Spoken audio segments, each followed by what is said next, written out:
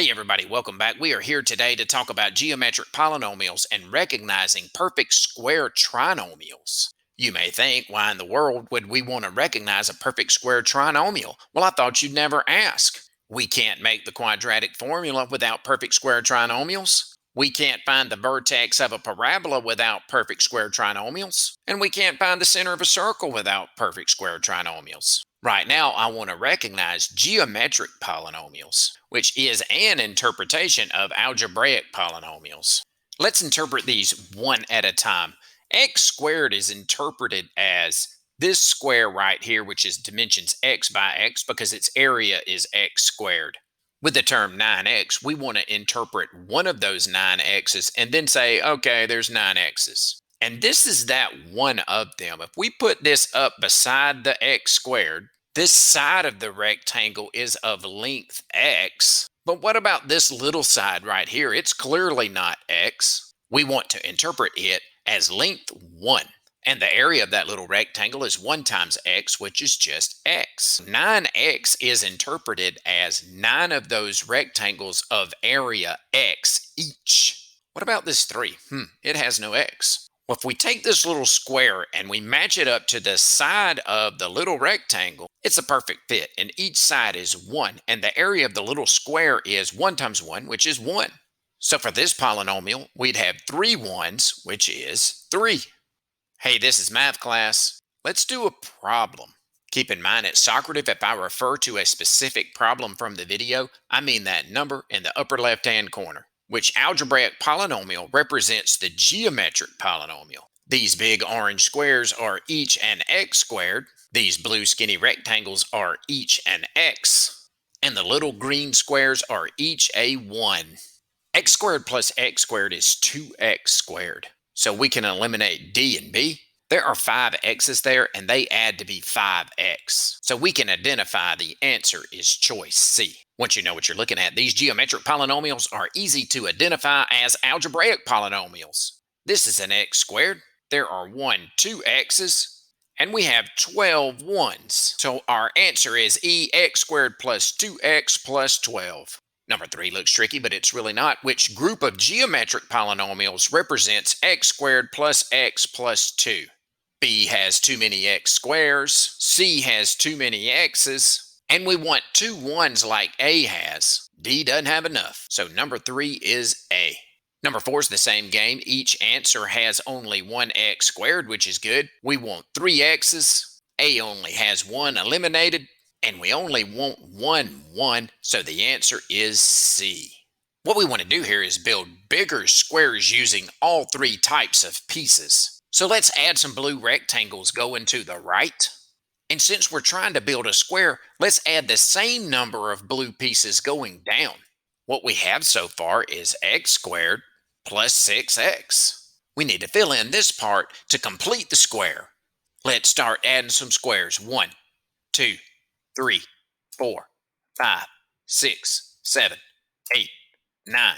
So the polynomial x squared plus 6x plus 9 is a perfect square trinomial because it's a perfect square. I tell you what, I love perfect square trinomials. Number 5 is a simple true-false question. The polynomial is a perfect square. We know that to be false because we have 4 x's going this way and only 2 that way. They have to be balanced. Number 6 looks crazy. That's a lot of pieces. The answer is true. There's 10 x's to the right and 10 x's to the bottom. These squares seem to fit. The answer's true. Number 7 is clearly true. That's a square. Number 8's not fair. The polynomial can be arranged to make a perfect square. Well, let's try to arrange it. Let's put a blue piece there and a blue piece there. And wouldn't you know it, that green piece fits perfectly? The answer is true. Number 9's another polynomial where we get to arrange the pieces. Let's see what we can do. The first thing we should do is take these x terms and distribute them evenly to the right and to the bottom of the big square. That shouldn't be very difficult. Let's put 2 here, and let's put these 2 down here. Now let's see if we can complete the square with the little green squares. We will fill them in like that. Because we have these 2 little squares left over, this polynomial is not a perfect square trinomial, and we have to say false.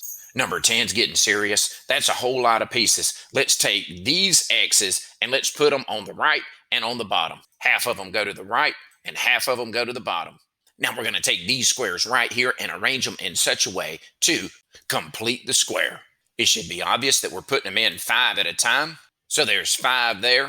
5 more makes 10, 15, 20, and it looks like there's 5 left right here to complete the square. Not only is that true, but when the square completes, it always makes me smile. And number 11, what's up? What's the deal? The polynomial is now algebraic instead of geometric. We can still interpret it geometrically in our mind or on our paper. There's our x squared. Let's go ahead and split our 14 x's into 2 groups. Half of them, which is 7x, goes to the right, and the other half, 7x, goes on the bottom. This 49 right here means there's 49 of these to complete the square.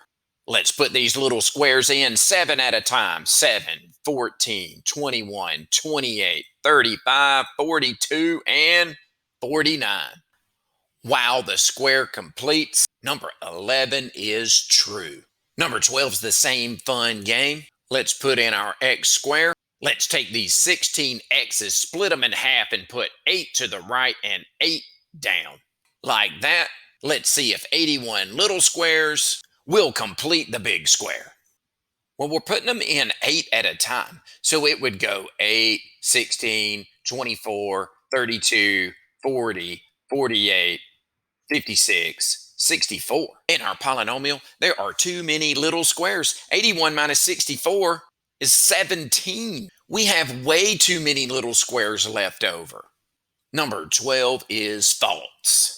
And number 13, there just becomes a time where we have to use our imagination instead of physically drawing all of these little pieces. We would imagine a big square. We would split these in half. Half of them would be to the right. Half of them would be down. There would be 12 x's here. And a 12 by 12 square here containing these 144 little squares, because 12 times 12 is 144. Number 13 is true. In number 14, I want to point out that the middle term can be negative in a perfect square trinomial. Be careful though, this term has to be positive, and this term has to be positive. We still have an x squared. We still split 50 x's in 2, half to the right and half down.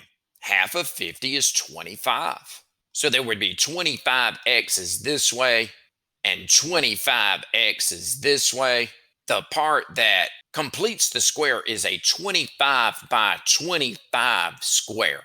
25 times 25 is 625, not 676. Unfortunately, number 14 is false. Oh well. Number 15 is the same thing. It's just asking it from a different perspective. There are 5 x's here, 5 x's here. The question is, how many little squares would fill in here? Let's count them this time. 5, 10, 15, 20, 25. We're getting to where we really don't need the picture. 5 squared is 25. So in number 16, there's 4x here and 4x there. This is a 4 by 4 square. 4 squared is 16. The goal here, though, is to do these algebraically and not geometrically. When we draw our x squared and split our 4 x's, 2 to the right and 2 down, we complete the square down here as 2 squared. 2 squared is 4. Number 18 and last problem of the day, which always makes me really sad because I'm going to miss everybody. We imagine our x squared. We also imagine splitting 30 x's, 15 to the right and 15 down. 15 this way, 15 x's on the bottom. Our answer is the number of little squares that will fill in this 15 by 15 square. We could do that as 15 times 15 or 15 square. Either way, the result is D, 225. Everybody, I hope you're starting to see the patterns in these perfect square trinomials. I had a whole lot of fun with you today doing it, and I can't wait to see you next time.